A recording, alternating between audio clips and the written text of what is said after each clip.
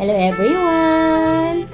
Nagluto si Tita Wena ng napakasarap na gatang alimango. Ayan.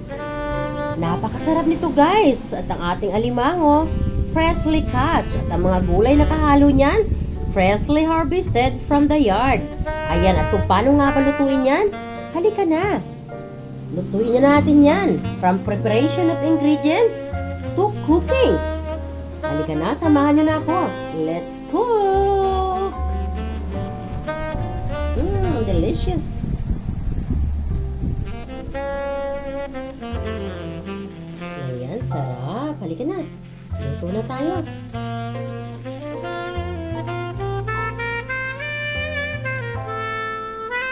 Hello everyone! Ayan, samahan niyo ako na maggata ng alimango. Meron ako ditong alimango na more than 1 kg. Ang taba-taba niya guys. Oh. Look at that. Diba? Biniak ko na siya para ma-extract yung kanyang lasa sa paglalagay natin sa gata. Ayan. At dinurog ko na rin nga pala yung kanyang sipit para pag naluto na, hindi na mag-struggle na durugin pa. Ayan. Laki niyan guys. More than 1 kg. Ayan. Aba, look at that. Oh, diba? Ang taba-taba. At sa paggagatangan natin yan, ay hahaluan ko lang yan ng ayan, minced ginger. Ayan, minins ko na siya para mas ma-extract ko yung lasa. Syempre, hindi mawawala ang garlic. Hindi rin mawawala ang onions. Lalagyan ko nga lang pala yan ng freshly harvested na okra. Ayan. At lalagyan ko rin yan ng freshly harvested na talong. Nangitim na lang yan kasi mas nauna kong hiniwa at hindi ko na binabad sa tubig para hindi siya mag-watery. Ayan, halika na, magluto na tayo. So, ayan. Mainit na yung ating kawali na may kunting oil. Ilagay natin yung luya. Minins ko yung luya para mas madali natin i-extract ang lasa. Pwede na rin natin isunod ang bawang. Ayan.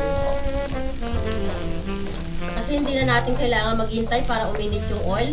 Mainit na siya. Ayan. Ilagay na natin yung onion. Ayan. Ipaglalagay nga natin ng mga ricado. Hayaan lang natin na mag-golden brown na konti para mas lumabas yung kanyang lasa, no? And then,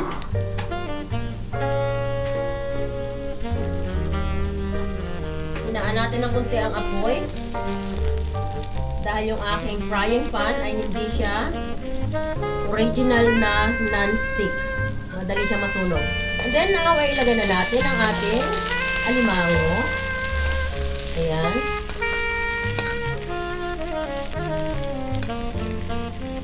Ipaglalagay nga natin ang alimango.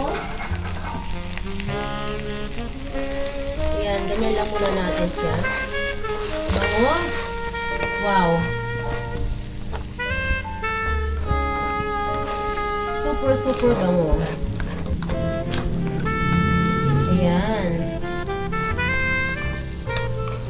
Alam nyo guys, bakit biniak ko na siya? Para ma-extract yung lasa. And then yung kanyang ingredients ay papasok doon sa loob ng alimango. So, mas masarap siya.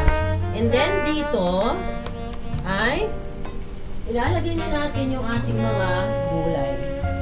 Yung ating talong. Ayan.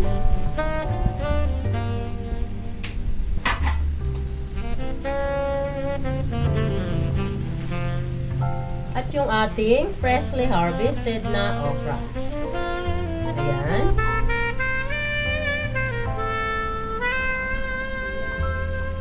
So, ayan. At dito nga pala, ay meron pa akong nakita na dahon ng kamote tops na red at saka kunting dahon ng kasaba. Sinama ko na rin kasi kawawa naman. Ayan. So dahil nailagay na natin yan lahat, now ay maglagay tayo ng ingredients. Una, lagyan natin ng durog na paminta. Kayo na lang ang bahala mag-adjust ng durog na paminta kung gaano ba ka-spicy ang gusto nyo. Kung gusto nyo ng medyo may kick lang ng spicy, so konti lang. So kung medyo generous, yung spicy na gusto nyo, mas strong. So, more generous yung ilagay nyo. Bahala na kayo mag-adjust. And then, maglalagay din ako ng aking partner sa kusina na ginisa mix. Hindi pa ito supporters. Ginisa mix, Bikini Men. Ayan. Ayan, lagay na natin. At pagkalagay nga natin yan, isusunod natin ng kunting sugar. Ayan, maglagay tayo ng pinch of sugar. Kunti lang guys ha, just to balance the taste, no, yung sugar.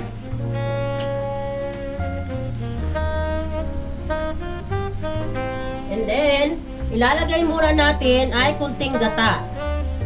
Ayan, lulutuin muna natin yan at mamaya na natin uubusin yung gata. Pag yung naluto na yung alimango.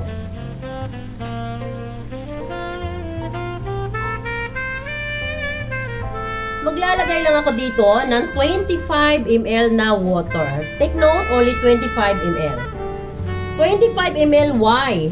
Kasi ayoko na masyadong watery. And bakit kailangan lagyan ng water? Kasi para maluto na balance yung gulay and then alimango.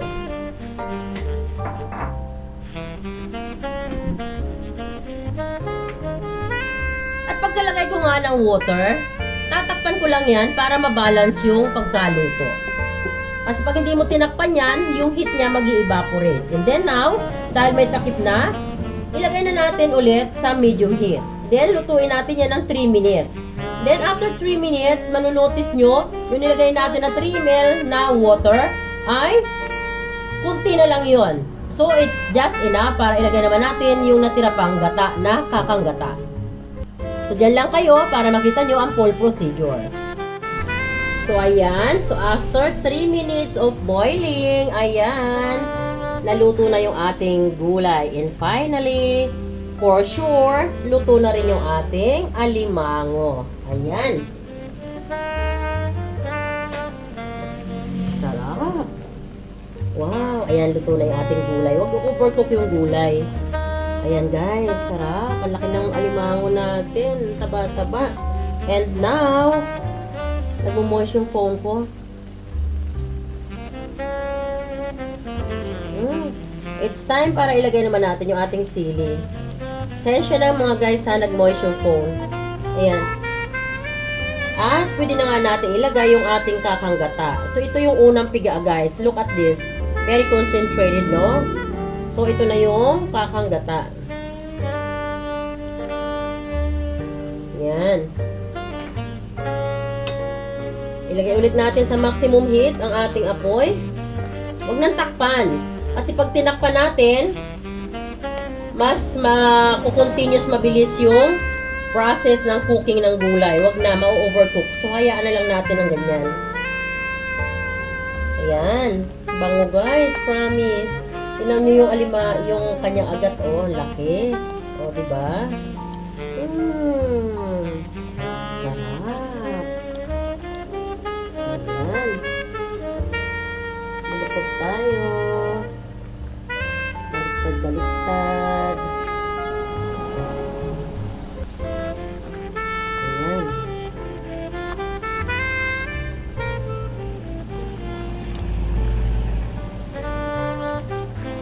So, ayan guys. Almost done. Ayan, wag na nating pakatihan para tayo ay may lalagay na sauce sa kanin. Ayan. Delicious. Bango. Halika na, plating na tayo. Tama na yan. Bango-bango. Look at that. Parang hindi ako satisfied na nakaganon lang siya sa kawali. Gusto ko siyang itsura na ganyan. So, ayan ang ating gata na alimango sa samut-saring gulay. Freshly harvest from the yard. Ayan. At ang aking alimango naman ay courtesy ng aking brother. Ang aking sumunod sa akin na brother ko. Shout out, brother Roger Luna. Yes, ayan. Ang laki niyan guys. 1 kg plus.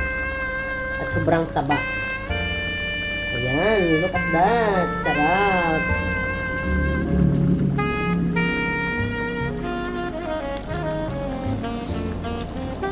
Ayan, halika, patayin na natin yung apoy.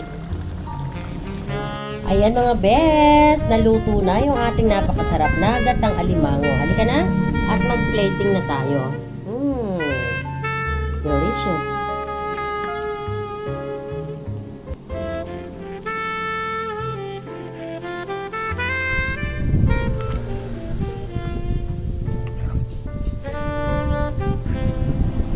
Siyempre, mawawala ba ang sili? No. Dahil ang sili ay kakumpletuhan ng sarap sa pagkain. Sili, di ba? Ayan. Ang bango guys, promise.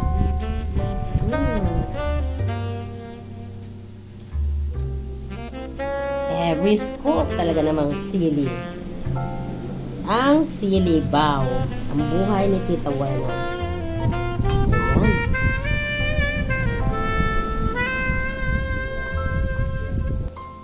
Mag-scoop tayo ng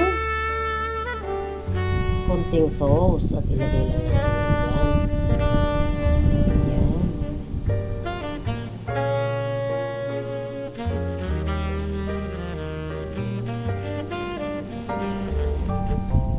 Sabaw pa lang, panalo ka na.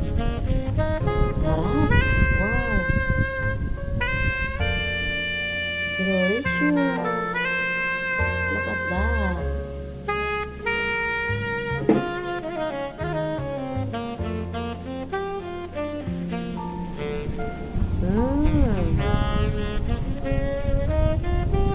Ang sarap nito guys, promise.